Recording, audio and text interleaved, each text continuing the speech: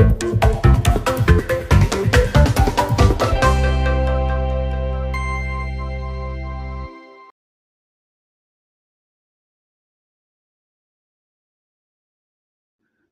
Friends, आज हम लोग देखेंगे भारत के राष्ट्रपति के बारे में। देखिए, भारत का राष्ट्रपति का निर्वाचन कैसे होता है तथा भारत के राष्ट्रपति के निर्वाचन में कौन कौन से लोग मतदान नहीं कर सकते हैं। भारत के राष्ट्रपति पद के लिए निम्नलिखित शर्तें कौन कौन सी हैं। आज इन सभी क्वेश्चनों को टॉपिक बाय टॉपिक हम लोग समझेंगे। चलिए तो शुरू करते हैं। देखिए, भारत का संविधान के भाग 5 के अनुच्छेद 52 से 78 तक संघ की कार्यपालिका का वर्णन है।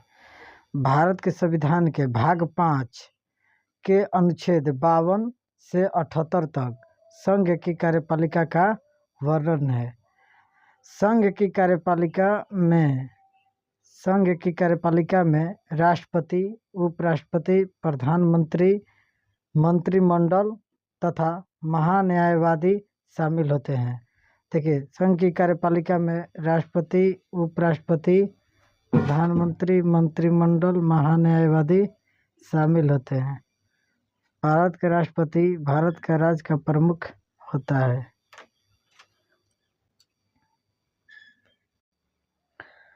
राष्ट्रपति भारत राज्य का प्रमुख होता है।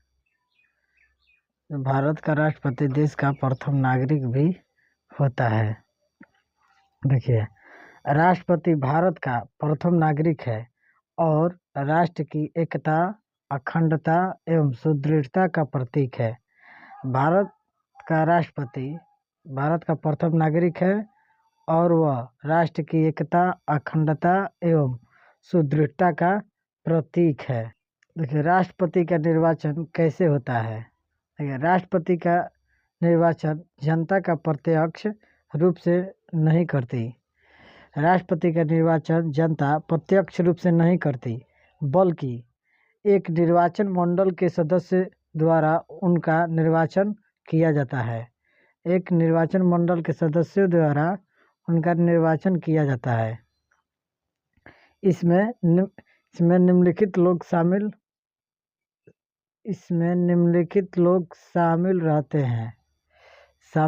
होते हैं। देखिए, संसद के दोनों सदनों के निर्वाचित सदस्य, राज्य विधानसभा के निर्वाचित सदस्य तथा केंद्र प्रदेशों दिल्ली एवं पुडुचेरी विधानसभाओं के निर्वाचित सदस्य। देखिए, राष्ट्रपति के निर्वाचन में केवल निर्वाचित सदस्य ही उसके पक्ष या विपक्ष में मतदान कर सकते हैं, अन्यथा मनोनीत सदस्य का कोई सदस्य नहीं रहता है। देखिए, राष्ट्रपति के मतदान में कौन कौन से लोग मतदान नहीं कर सकते हैं। राष्ट्रपति के चुनाव में कौन कौन से लोग मतदान नहीं कर सकते हैं। राष्ट्रपति के चुनाव में कौन कौन से लोग मतदान नहीं कर सकते। देखिए, इस प्रकार संसद के दोनों सदनों को मनोनीत सदस्य, जिन सदस्यों को राष्ट्रपति द्वारा मनोनीत किया जाता है वे लोग, राज्य विधानसभाओं के मनोनीत सदस्य, राज्य विधानसभा में जो सदस्य मनोनीत किए जाते हैं उनको मतदान करने का अधिकार नहीं है। राज्य विधान परिषदों के मनोनीत सदस्य, राज्य विधान परिषदों के मनोनीत सदस्य, जो विधान परिषद है बिहार की, उनके मनोनीत जो सदस्य हैं, जो निर्वाचन प्रक्रिया द्वारा नहीं चुने जाते हैं, वो उन्हें मतदान करने की अधिकार नहीं है। और दिल्ली एवं पुडुचेरी के मनोनीत सदस्य, दिल्ली एवं पुडुचेरी केंद्र शासित प्रदेश है, इनमें कुछ सदस्यों को मनोनीत किया जाता है जो राष्ट्रपति में मतदान करने के योग्य नहीं रहते हैं। देखिए, इसके बाद जब कोई विधानसभा विघटित हो गई हो, उसके सदस्य भी राष्ट्रपति के निर्वाचन में मतदान नहीं कर सकते हैं। देखिए, जब कोई विधानसभा विघटित हो गई हो, उसके सदस्य भी राष्ट्रपति निर्वाचन में मतदान नहीं कर सकते हैं, राष्ट्रपति के चुनाव में भाग नहीं ले सकते हैं। क्यों? देखिए, विधानसभा विघटित तब होता है जब चुनाव का डेट अनाउंस हो जाता है या विधानसभा कोई सत्ता पक्ष का जो हमारे नीतीश कुमार मान के चलिए अभी एनडीए में हैं और महागठबंधन में जाएंगे तो दल बदल के कारण वहाँ पर सत्ताएँ गिर जाती है, जो विधानसभा विघटित हो जाता है। तो ऐसे समय में जब विधानसभा विघटित हो तो वे सदस्य राष्ट्रपति के निर्वाचन में भाग नहीं ले सकते हैं। विघटित मतलब उसका विघटित होने के पूर्व या विघटित हो गई हो, दोनों अवस्था में ये राष्ट्रपति के चुनाव में मतदान नहीं कर सकते हैं। देखिए, राष्ट्रपति चुनाव से संबंधित सभी विवादों की जांच एवं फैसले उच्चतम न्यायालय में होता है। देखिए, राष्ट्रपति चुनाव से संबंधित सभी विवादों एवं जांच के फैसले उच्चतम न्यायालय में होता है तथा इसका फैसला अंतिम होता है। जो उच्च न्यायालय बोल दिया वो फैसला मान्य होगा। राष्ट्रपति पद के लिए निम्नलिखित शर्तें कौन कौन सी हैं? देखिए, राष्ट्रपति पद के लिए निम्नलिखित शर्तें कौन कौन सी है? राष्ट्रपति पद के चुनाव के लिए व्यक्ति की निम्न शर्तों को पूर्ण करना आवश्यक होता है।